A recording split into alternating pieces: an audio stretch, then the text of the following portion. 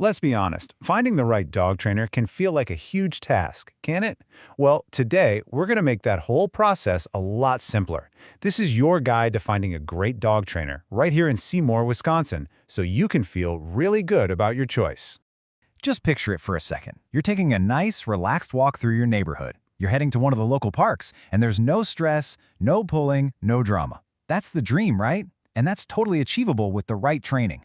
So how do we get from here to there?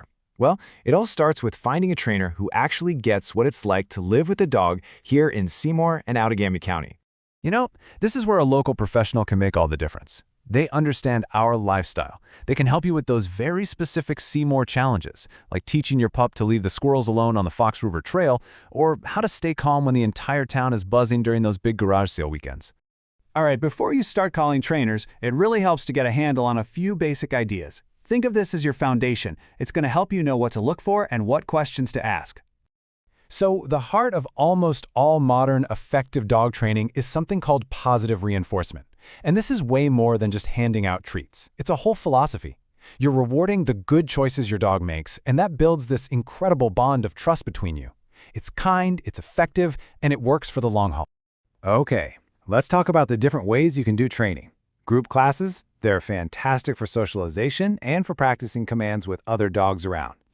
Private lessons give you that one-on-one focus, which is perfect for tackling specific issues. Then you have board and train programs. Think of it like a training boot camp. But, and this is a big but, a good one has to include a lot of training for you, the owner, too. Right, you've got the basics down. Now it's time for the fun part, actually finding your trainer. Here's what you need to look for when you're trying to choose a real professional. I know, these letters can look like alphabet soup, but they're really important. Think of certifications like CPDT-KA or KPACTP as proof that a trainer knows their stuff and stays up to date.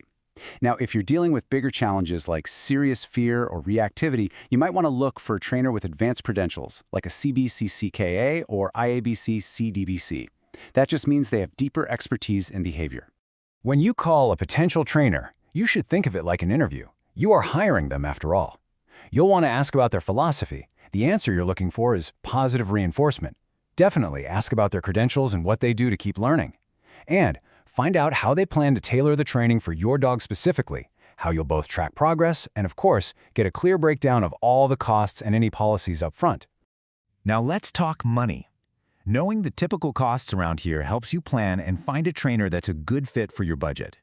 So here's a general idea of what you can expect to pay in Seymour and the greater Outagamie County area. A standard 6-week group class usually falls somewhere between $160 and $300. A single private lesson will probably be between $90 and $160. Then you've got the more intensive options like a board and train, and that's a much bigger investment, often in the thousands. You know, the best training is the kind you can actually use in your everyday life. And that means knowing the local rules and resources we have right here in Seymour. Here's a number to commit to memory. 8 feet. That is the maximum leash length you're allowed to have in any public space in Seymour. That goes for parks, sidewalks, you name it. It's a really important local rule every dog owner should know. A big part of being a responsible dog owner is just being a good neighbor. That means making sure your dog's rabies vaccination is always up to date. That's state law. It means managing any excessive barking so it doesn't bother the folks next door.